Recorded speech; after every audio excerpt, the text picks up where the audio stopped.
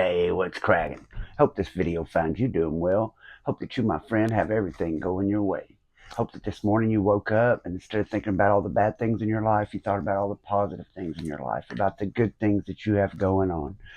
Hey, if you've got a car or vehicle to drive, if you have a roof over your head, if you've got a phone you're watching this video on, then you have a lot more going your way than you maybe realize. So hopefully that this video, by the end of this video, we get done talking about some of the bad shit. Maybe you'll be happy with what you got going on in your life right now. That at least is my goal. I would like to thank you for clicking on the video. If you've never watched one before, my name is Ricky Dye, and I went to prison when I was 15 years old in the state of Oklahoma for murder. And I did 20 and a half years before I came home. And I can't do anything to change my past, to go back, and we don't get a do-over. But so I try to make these videos as a cautionary tale that, I had the life that you don't want to live. And that's the message. And I hope that by sharing the things that I went through, shining some light on what it's like when you send kids to prison, I hope that maybe that will maybe help someone else along the way, because that is my goal. Whether you've ever been to prison or whether you plan on go to prison or anything like that, some of the things that I've learned in my life could still help you in your life, even if you've never been in trouble yourself. And that is the goal. You'll enjoy the videos best if you'll start them at the beginning, because that's where I started when I was 15. What it was like, what caused me to be in the situation I was in that led to me being put in prison. Then I go on to being certified as an adult and what it's like to be certified as an adult and sent to prison with grown men. And then what each prison was like for me. And I try to tell the story in order, but I do jump around, and that's what I'm going to do today. I want to take you back today all the way back to Lexington the second time I was there. The first time I was there, it was the first yard I was on. I'm going to take you back for a couple reasons. For one, I thought it might be an interesting video. For two, a lot of you have asked for longer videos, so that's going to be my goal today, to give you a longer video. Also, I've started writing my book, a book about my life and what I've been through, the things I talk about on the videos, and much, much more. And I've started that book several times, and I've lost the majority of what I wrote the first time. But I have found somebody, we'll call him Big John. Big John, you wanted to be known by that. I want to give him a shout out because he's going to write my book for me. He's going to be my ghostwriter. He's going to use the information from these videos as well as other information that I've given him and the scraps of things that I've written and help me get that book written. So I want to give a shout out to Big John. And whenever I thought, what better way to do a longer video than to just sit down and give him some content maybe that he could use for writing my book. And so I want to tell you that the first time I went to Lexington was completely different than the second time. The first time I came straight out of A&R. I went to the county. First thing that happened to me when I got locked up, they put me in the Berry House. If you've watched all my stories, I'm not going to dwell on any one thing that you may know about very long, but I'm going to gloss over it real quick because I've never done it on my channel. So that night the crime was committed. I won't go into the crime, but by 9 o'clock the next morning I was locked up. I was in police custody. And this little rinky-dink town of McLeod, they don't have a major police station here. It's just kind of like a waypoint. So they don't even have a jail here. There's no jail cells at all. So all they can do is take you to the city, or depending on which county you fall in, where you'll be at. And the crime was committed in a convenience store. And it was so crazy. It was on a four-way stop sign, and each corner was a different county. You had Oklahoma County, Cleveland County, Lincoln County, and Pottawatomie County here in Oklahoma. And it just so happened to be on the corner of Cleveland County. So Cleveland County, where that was at, there's nowhere to put me in jail in McLeod. They take me. And Cleveland County didn't have a juvenile detention center. But this was an armed robbery and a murder case. So they got to lock me up, but they didn't have nowhere to put me. So they sent me to Oklahoma County's Berry House in Oklahoma City. And I was there for 5 months before I was certified as an adult and sent to the county jail. Kenneth was certified 1 month before I was. So they ended up putting me and Kenneth in the same cell in a drunk tank in Oklahoma County. They had nowhere to put us. There was no day room to put us in. They couldn't. David was also there. He had been certified immediately because he was 16 when the crime was committed. So David was in one drunk tank, and me and Kenneth were in another one. And that's where I spent my 16th birthday, in a drunk tank. And I could look out the windows. They have bars mesh over it. You can just barely see through these little squares. And there was a train track out there. And I remember the night of my prom, sitting in that jail cell looking out through those grates. Kenneth was laying down on the floor. There was nowhere for us to even put both our mats. So, if you've ever been in a drunk tank, it has a sliding door instead of an opening one. It slides open and you step in, and there's a very small space, and then there's a cement slab in the back of the cell. And that's where you normally would put your mattress, but there's two of us. So one of us has a mattress on that slab, and the other one of us has a mattress on the ground, on the floor. And there's a little steel sink there with a toilet attached to it. And they put us in there for the first couple months we were in there because they didn't have nowhere to put juveniles. They couldn't, even though we had all been certified as an adult, none of us had been sentenced as an adult. So they couldn't put us up there in the adult tank yet. So they had to find somewhere to put us in the county jail. So what they did is they had a little section that had 5 cells in it. And there was 2 sides over in this little area in the jail, and there's a sliding door between them. There's 5 cells here where the trustees stay. Then there were 5 more cells, and they were using that for the mental health unit for people who were going to court, who had mental health problems, who were pleading insanity. They were putting them in there. And so there was shit all over the walls, literally human feces all over the walls. They took those guys and moved them to a different area. They took me and Kenneth and David and put us in that little tank and had us clean it up. Brought us a bunch of cleaning supplies and had us clean those 5 cells in that little day room. There's a shower in the corner, and there was a phone on the wall. And the phone, it cost $1.45 back then. Back then, it was cheap in the county. It would cost my mom $1.45 for me to call, but there was no time limit on it. So I could call and stay on the phone all day. She would leave the phone off the hook for me all day, make 3-way calls for me. I would 3-way to Kenneth or David's mom. Next day, Kenneth would call all day, and he would forward to my mom to share the phone bill. So me and David and Kenneth took turns calling home and making 3-ways for each other. And we lived in that little tank there. And my lawyers were putting everything off that they could. We were trying to get me reversed back to a juvenile. So when you try to get reversed, all right, so once you're certified as an adult by a judge in the state of Oklahoma, you then can appeal that to the state Supreme Court of Oklahoma. And there are 5 judges on that board. And each of them will cast a vote whether you should stay as an adult or whether you should be reversed back to a juvenile. If I was reversed back to a juvenile, I would have came home on my 18th birthday. I was offered to turn state's evidence and testify against Kenneth and David, and I would stay a juvenile. But I turned that down. David ended up taking that plea bargain because he was 16 and they threatened him with murder. They could give him the death penalty.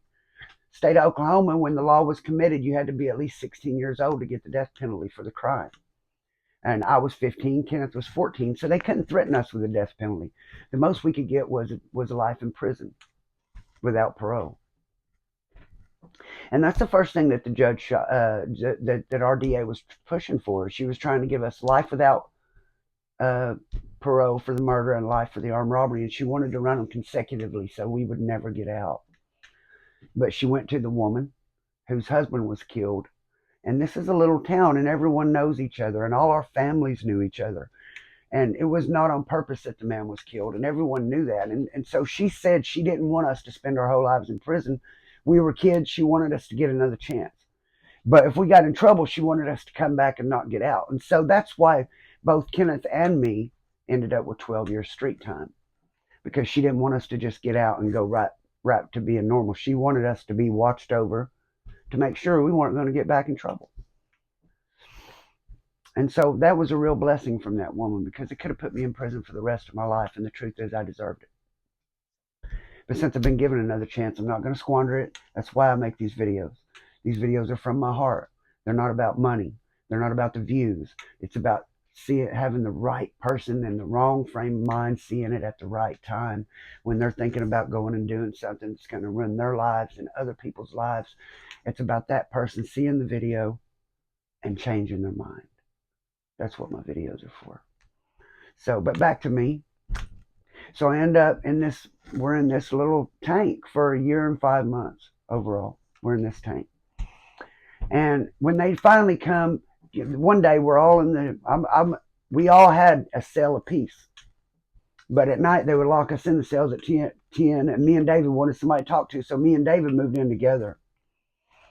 And the next one day they come in and they get David to take him out. And he told me that he was going over there to do prelims to get ready to go on to trial.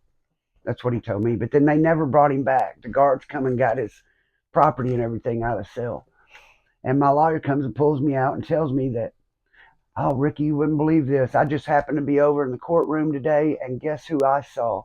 David came in. He's turned states on y'all. He's made Kenneth seem like, he's made you sound like Charlie Manson and made Kenneth sound like your faithful follower. We're going to have to do a plea deal because he's just thrown y'all to the wolves. So once he turned states and he pled guilty and he became state's witness, they moved him on upstairs and quickly shipped him away. They shipped him out to Lexington A&R, and he went from A&R to the Lexington minimum security prison, where there was a guy named Otha Armstrong. Otha Armstrong stole Barry Switzer's rings. He was a linebacker for OU, and him and some other players on the team broke into Barry Switzer's house, stole his rings. So Big Otha, he was in the county jail with us, and David met him there. And so when you're at minimum security, you could take your friend or your cellmate. You could take one person to visit with you, and your family can bring pizza and stuff to visit. You can have food visits at minimum security back then. I don't know if you could still have it there now, but back then they could have food brought when they went to visit. And so he would have Big Otha come out there and visit with him and feed him and bring whatever he wanted to eat. And Otha was protecting him. So he didn't do but a little bitty bit of time. Within 2 years, from start to finish, David was back free. Me and Kenneth, okay, they wouldn't sentence Kenneth until they sentenced me. So they took me over there, made me plead guilty to the fact that the guns belonged to me and that I was the one that took the money out of the register, but I was not the one that shot him. I didn't have to say Kenneth shot him because I wouldn't agree to do that. At first, they did want me to, but I was refusing to. And Kenneth told me, he said, brother, go over there and tell them. Tell them whatever you got to tell them. They're going to do me anyway. But I just couldn't do him like that. I loved him. He was brother to me. I felt as much responsibility for it as he should have had. I wouldn't have felt right for him to go away forever and me not to get in trouble. That wouldn't be right because it was my fault too. I shouldn't have been there. Shouldn't have been involved in it. Never should have loaded that gun and handed it to him. If I would have been the one with the gun, nobody would have died. If I could change one thing about that night, but I still had to do it, I would just not let him have the gun. I would have had the gun because I would not have shot no one. So no one would have got killed. I know that. And so yeah, I wish Kenneth wouldn't have been the one with the gun that night, but he was. And the first time they took me, once I'd been certified as an adult, they moved me upstairs in the adult tank, where I was promptly got in a fight because a guy called me a punk. And I've already went over that story before, so you have to watch those videos if you want to do that. I won't, like I said, I'm not going to drill on anything I've already talked about, but move me on to A&R, and then 30 days goes by, and while you're in A&R, man, they shaved my head. You know, back then, I don't know if they shave your head anymore, but back then they used to shave your head, make you shave your face, and then they'd take pictures of you, and that way they could add anything they wanted to it in the computer to make you look any different way. But they wanted that base, just your face on there, so they can add hair and they can add mustache, and and then they can figure out, and if you change your identity, they can still have a way to mold and find you. And I make it through that 30 days, and then they put me up in this little, I'm in a drunk tank waiting to go, not a drunk tank, a holding cell in A&R. I'm in this holding cell waiting to go to yard. And this holding cell is a big-ass holding cell, man. It holds like 20 inmates at one time, and they got a whole bunch of inmates in this big old holding cell. And they put me in here, and I'm like, man, I'm nervous as shit, man. These people are shipping out. These people are going to minimum. These people are going from here to here. Some of these people ain't from the yard. There's this one guy from the yard, this black dude, and he's got cornrows, and he's an older guy, and he ended up being a buzzard and causing me all kinds of problems throughout my time. And nearly got into a fight with him later, but he's trying to hit on me out the gate before I even make it to the yard. So you go into the Lexington yard, like, Oh, you coming to the yard? Oh, is that right? Hey, man, you need to, when you get on the yard, go down to the laundry and tell them Chester sent you down there. Tell them Chester sent you. He'll hook you up if you tell them Chester sent you, because I work in the laundry. And he's already trying to, he said, yeah, you're going to have problems. I said, I ain't going to have problems with nobody. Ain't nobody going to do nothing to me. Rah, rah, rah, rah. Well, what are you in for? I'm in for murder. He, well, you might be okay then. But he already was trying to kind of intimidate me and shit before I ever even was around him yet. But I get out there, this guard walking me across the yard. I'll never forget him telling me. I looked around and I said, man, this place is big. Because keep in mind, I had been in one little tank in a county jail for the last year and a half. I hadn't been even outside except for one time in a year and a half. I don't know if you know what that's like, sitting in a county jail for a year and a half. But that's a long time to sit in a county jail and never go outside. Uh, So I told him, I said, man, this place is big. And he said, it'll get small soon enough. And he wasn't lying about that. So the first time I was at Lexington, man, I kept a black eye the whole time I was there. For 6.5 months, I had a black eye. And I would go out there to that visiting room, man, see my mom, and like, I always smile and laugh and tell her that I was good because I know she couldn't handle it if I didn't. So, but during the time that I was at Lexington, that first 6 months, I was in 2 to 3 fights a week. But after that, people seen that I was just going to fight all the time, and I was always fighting. People started getting tired of fighting me. They don't want to fight with me. Just fucking let me go ahead on fight someone else. But they weren't any more respectful to me. I still had to fight all the time. And I remember one that was particularly bad when I had been trying to choke this guy out, and he could wrestle pretty good, and that was my thing, was wrestling. And I was trying to choke him, and he had these real long fingernails, and kept sticking his fingers in my eyes, and I had a scratch on my eyeball. Man, my mom started crying. I said, Mom, I won. She said, son, you didn't win that. You didn't win that. If you won that, I'd hate to see him. And really, he didn't look as bad as I did, with all those scratches and both my eyes black, my nose broke, and my lips all split. I remember that first 6 months I was at Lexington. I remember always hating the fact that my lips were always split. Seemed like my lips were always split up. You go in the chow hall, one day I have beans, next day I have bologna. One day I have beans, next day I have green bologna. And I'm not just saying it's green bologna laughing. The shit is really green. It has a green tint to the meat. There's no ifs, ands, or buts about it. The bologna is green. And the next day you have beans. But I couldn't salt my food because, man, I'm telling you, my lips would be all split up. And before they could heal up, somebody else would hit me in the damn mouth. And it seemed like I kept split lips for that first 6 months of that first year I was at Lexington. But I ended up helping some Indians. I had this Indian out in the visiting room. There's that Indian cameraman. And that I seen them trying to get away with handing off some drugs, and they were about to get caught. And I went and stopped the guard from walking over there. I seen them doing something, and the guard headed that way, and they were struggling with something, and it was taking too long. And I went and cut that guard off and asked them to walk over here and give me something.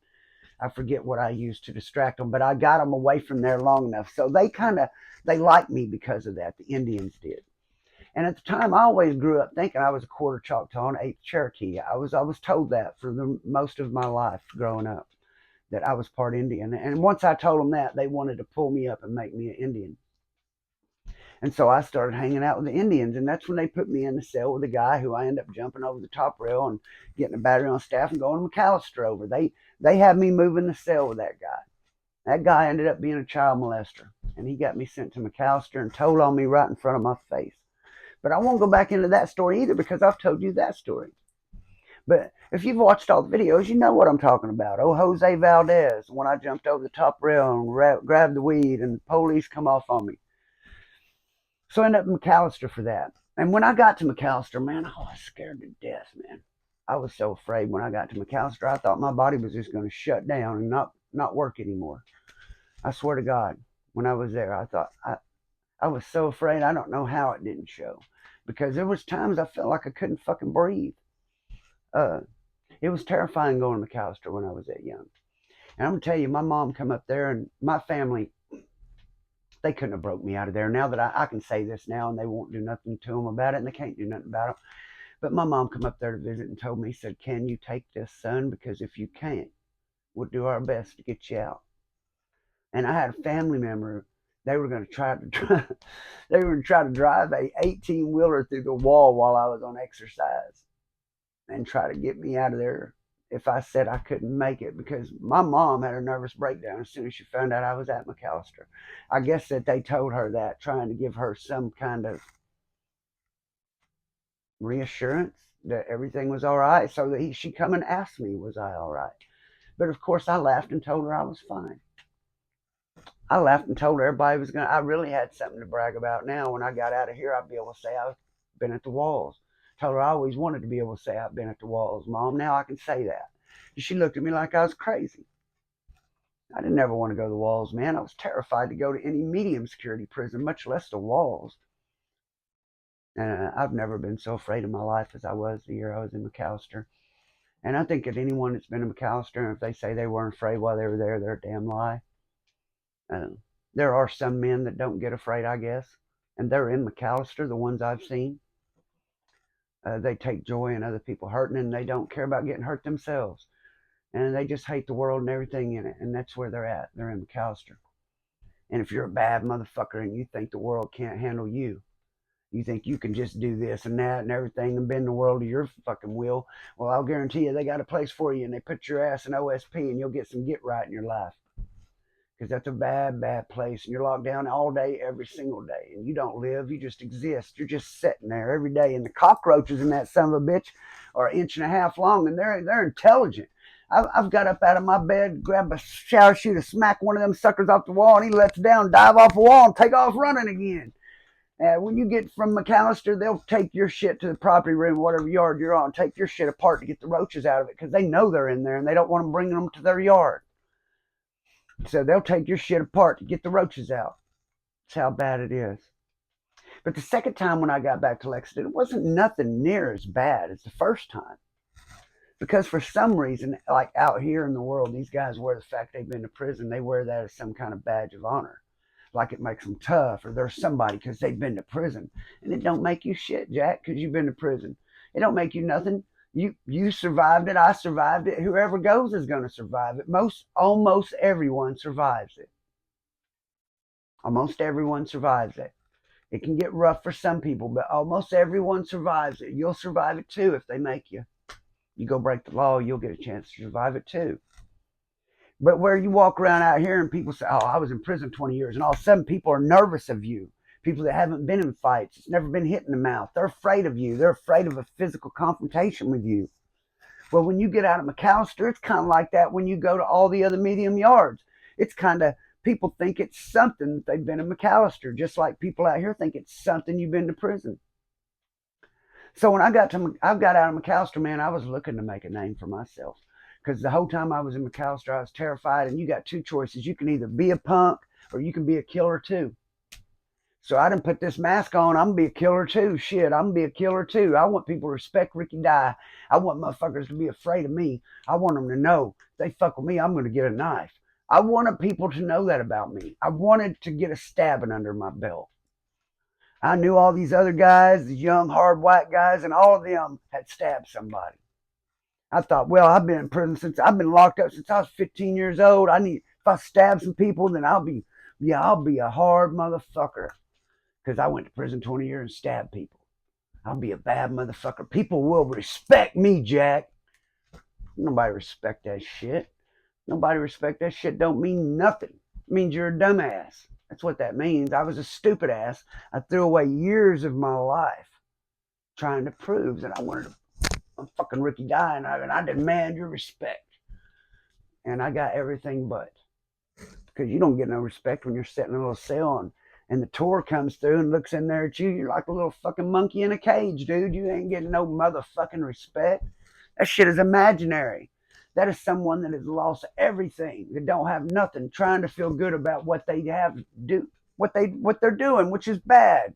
Being in prison, it's nothing to fucking be proud of. Doesn't give you no badge of honor. Doesn't make you nobody, man. But when I got back there, I just got out of the walls. I went from the walls to Connors. I was there just a few days, and I was back in lockup. Shipped over here to Lexington, hit Lexington again. Couldn't believe I come right back to the yard I started at, and it was just a little over 2 years ago from the beginning. But now people say Ricky Dye's been to the walls. Now these motherfuckers got respect for me now. Where last time, shit, a little over a year ago, I was here, had a black eye all the time, my lips split all the time. Didn't think they would ever heal because they kept getting split. Now a year and a half's passed, I'm back on this yard. But only now I've been to the walls, and now people respect me because I've been to the walls. No shit. People started showing me respect. It wasn't long before I get in a fight on the yard with a dude named Big Tony. We're down at the gate. I'm walking out of the gate. I ain't got nothing going on with him. Don't even know this dude. He's a big black dude. Don't even know him. Well, I'm in McAllister, Head Austin, him to teach me how to use my elbows. Head Austin taught me how to use my elbows. Kimpo hard style is what he called it. Showed you how to use your elbows and knees and your headbutts. He taught me how to do that stuff that I didn't know how to do before. How to step through it. How to swivel my hips and get my weight behind it. He taught me all that. And I couldn't wait to try it on somebody. And I'm walking out the unit one day, and Big Tone's standing there, and he's asked me to go get somebody, and I said, just a second. And he said something, I don't remember what it was, but something disrespectful to me. And I turn around, and I walk back in there, and I'm walking toward him. And one thing I learned the first time I was at Lexington, I learned early on in my prison career, is that if you act like you're afraid, people already will believe it. If someone thinks that if you act afraid and vulnerable, people will buy right into it because it boosts their own ego. And I backed in there and I said, hey man, something, you don't need to disrespect me. And he says, I'm going to disrespect you more than that if you ignore me next time, punk, or something along those words. And while he was saying that, I'm moving my hands like I've been taught. Because if you're standing still and you flinch at somebody, they're going to move. But if you got your hands moving already, then they don't see it coming. I got up close to him, bang, clocked him with an elbow, man. Racked his head off that fucking gate. When he turned back, he said, God damn, he tried to grab his mouth. And I thought, in my mind, I'm thinking, damn, I didn't even ever decide to hit him. That shit, I just did that shit. And I'm thinking, I better hit him again. So I crossed with another elbow. And I catch him right across here, and his eyes rose back. When his eyes started rolling back, he's against that gate. I knocked him against that gate. I picked him up and slammed him belly to belly. I say, what's up now? And his eyes open. And so now he's struggling to get loose. Here comes somebody says, jigger out, jigger out. The cops have seen something happening out there because their booth is right there. They've seen something happen, but they're not sure what's happened. But they know some shit's gone down. So they're running out there, so I let him go, and people jump in between. He gets in a group of black guys, and they walk off. And I walk back in the day room, and we don't get caught. But now it's like 4:20 is a count time. So it's count time, and he goes back to his unit. He lives down on Unit 3. But he has a cousin on the yard with him, too, and he's a Crip. So I'm automatically thinking I'm about to get into it with a bunch of people. The only person I got to get my back is my cell partner. But I got a black friend named Billy Joe Tolan. He's a blood from Red Mob. And he's been my partner for years and years. I love you, Billy Joe. If you're watching this, BJ, I hope you're doing good. I hope you're free. I hope you stay free. If you ever see it, hit me up sometime. But I sent BJ down there to see what was going on with them, to see if they were going to try to jump me or get a knife, what was going to happen. Because I'd already told him when he was leaving that I'd meet him on the ball field. And keep in mind, I just got out of McAllister. Man, this is all right, what I've been wanting to do to prove I'm somebody. But now that it's about to happen, I'm pretty fucking nervous because this dude is fucking bigger than me. I went down there. I put my magazines on. I've got me a knife out, and I think we're going to go out here on the yard. So I'm going to send BJ down there and see what they're saying. So BJ goes down there, and dude, that I knocked him out, man, and it scared him. And he was like, man, I don't want to go out there and knife fight with him. If he hits me and knocks me out, he'll kill me. So he's not wanting, I put the fear of God in him. I can't believe it. But this dude is afraid. He got knocked out, and now he's afraid. So everybody don't get afraid because they get knocked out. Some people get mad. But sometimes when you get knocked out, it scares you. And evidently it had scared him. So after chow, when they let all the units out, we're supposed to meet out on the ball field, and he sends word that he's going to meet me out front. So that meant he wasn't wanting a knife fight. So me and Dave walk up there to him and his big cousin, and he asked me, "Why'd you sucker punch me?" I said, "Dude, you called me a punk." He didn't remember saying it. I said, "You called me a punk." And he's like, "If I call you a punk, that's my bad then, man." I'm like, "So I need to watch my back all the time? Is this something else?" And like, it ended up being, it was everything. He said, "If you called me a punk," and his homeboy told him he disrespected me. So he's like, "It's my bad." He let that shit go. So then I'm hanging out with old BJ, and I got my cell partner is David Donaldson. David Donaldson ended up being in the UAB. He ended up being a brother. I'm not sure if he is still a brother because he patched out, covered it back up, patched out, covered it up, patched out, covered it up. I know that he's been part of it 3 different times, and usually you can't get away with that shit even one time doing that kind of shit. But Dave's a bad son of a bitch, so he can do what he wants to do. Dave was an airborne ranger, and he was the first on his squad. He wasn't just the first in and the last out. He was the first in and the last out of his squad as well. So Dave had it in his jacket that he knew how to break necks 7 different ways. If someone got their neck broke on a unit, they would go straight and get Dave because he was a trained killer. And so they let Dave. Dave does what he wants to do because Dave's a killer for real. He was trained by the military to be one, and he's 6'2" and weighs 240 pounds and works out every day, and he's just mean as the day is long, and he ain't never getting out. So I'm selling with him, and I'm running around with a guy named Floyd Markham. Now Floyd Markham, he came to prison when he was 16 or 17 years old. He was a black guy, but he's almost 7, 8, almost 10 years older than me. But we end up hooking up through poker, and we play poker all the time. So me and him decide we're going to. So every unit on the yard will always have a poker table. When you go to penitentiary, I don't care what prison you go to, there's a poker table going somewhere. Someone is running a poker table, because a poker table, you get 10% of every pot. It ain't like over at the casino. You get 10% of every pot. So if there's $2.50 in there, you get a quarter. That's a soup you take out of the sack. Every hand. So you always win when you run the poker game, unless you just really get out there and do stupid shit. You should always win when you run the poker game. So me and Floyd would go from unit to unit. We would play on our unit, then we'd go play over on B unit, then we'd go play on 3 unit, and then we go play on 6, and we go over on 5. One day we're up there at 6, and there's this dude named Big Yoda and Little Yoda. And the reason they call him this is it's a dude and his dad. They're both on the yard. Big Yoda is an older guy, like around 50 years old, and Little Yoda is a little young guy, like 22, 23 years old. And we're over there playing poker. We hear this big ass disturbance. Now, Unit 6 ain't like Unit 3 and 4 and 5. Unit 6 is a huge day room, and it is set up for people who are handicapped. So, like, they got stairs, but they also got ramps, and they got hand bars, rails in the cells. And the day rooms are built different, and the top run is like 30 foot up off the floor. It's real high. The run is. So if you get thrown over that motherfucker, it's bad, dude. And there's these 2 black dudes fighting. This Little Yoda is fighting these 2 black dudes over this fucking poker game. We go up there to play poker, and before we ever even get in the game, they come out of the cell. We're headed down the run toward the cell, and they come up out of the cell. Little Yoda and these 2 black dudes jumping on him, and they get him down and pick him up and throw him over the top run, man. And he falls all the way down. Smack! Hits that shit.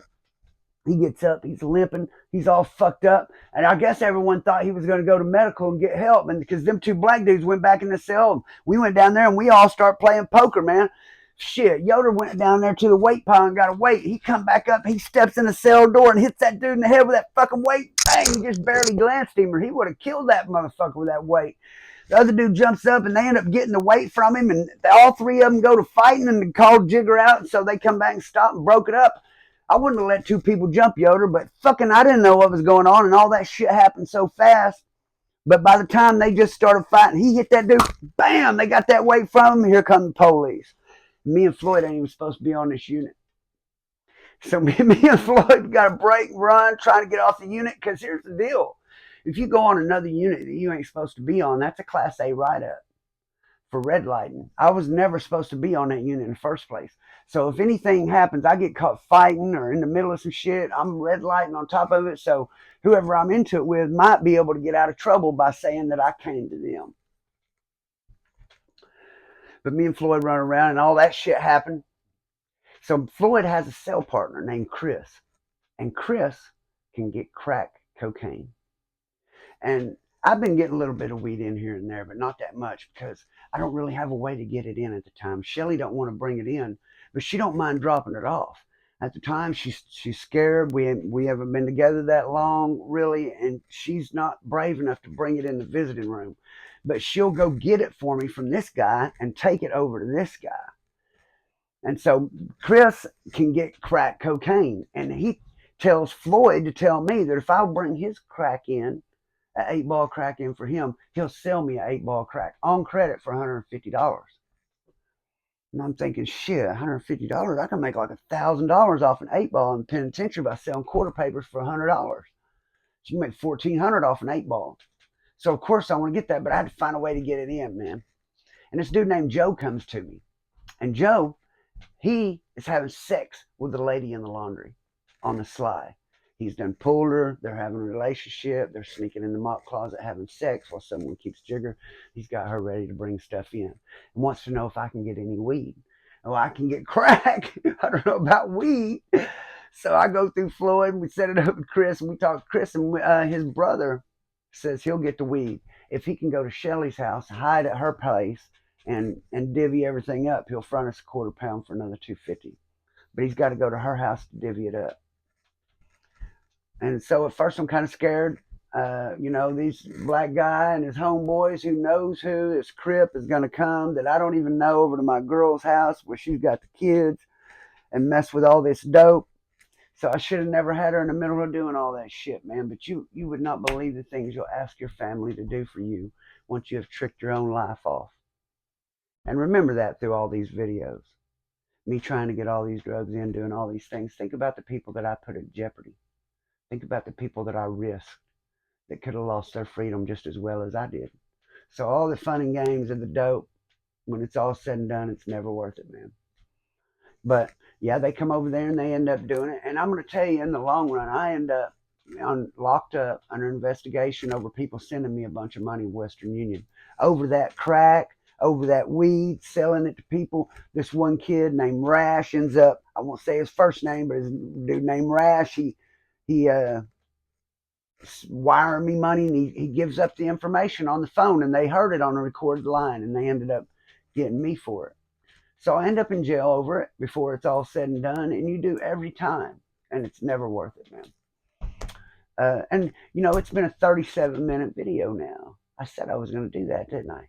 Well, I hope that the video has kept your attention, because next time we jump back, I'm probably going to either finish this story or I'll jump back into mine. I still got a Danny Parker video I want to get out there for you, too.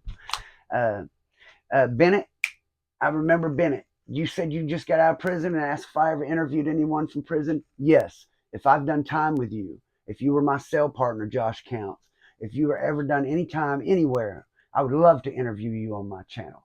All you got to do is get at me. My Facebook link is in the description. All you got to do is send me a messenger through that Facebook link. Send me a friend request on Facebook. Send me a message through Messenger, and I'll get at you. You also can hit me up at rickydye1973@gmail.com. But I'm not near as good as keeping up with the emails. So you'll do a lot better to hit me up through Messenger. Give a shout out again to Big John, and I hope that this gives you a little bit of content, helps you get a feel of things, and we're going to continue to do that. I'm going to keep dishing out the content, and hopefully you can use that to get a frame of where my mind's been at. I want to give a shout out to the riders and dyers, riders who ride till the wheels fall off, and the dyers keep riding even when they do. Love you the most. I'll give a shout out to Chris for I Hate Stupid People for trying so hard to join. I also want to give a shout out to Rob Johnson for his super thanks. If you need any kind of construction work done anywhere in the state of Oklahoma, Mid-America Construction, and anywhere in the United States, Mid-America Construction. If you need pest control in Oklahoma, DOA Pest Control. And if you need plumbing down around Ida Bell, John Doe Plumbing, straight flush plumbing, because you can't flush a straight flush. Straight flush plumbing. That's John Doe, and his link's in the description. Always shout out to my homeboy John Doe. Till the next video, may God bless, keep, and protect each and every one of you. Peace out.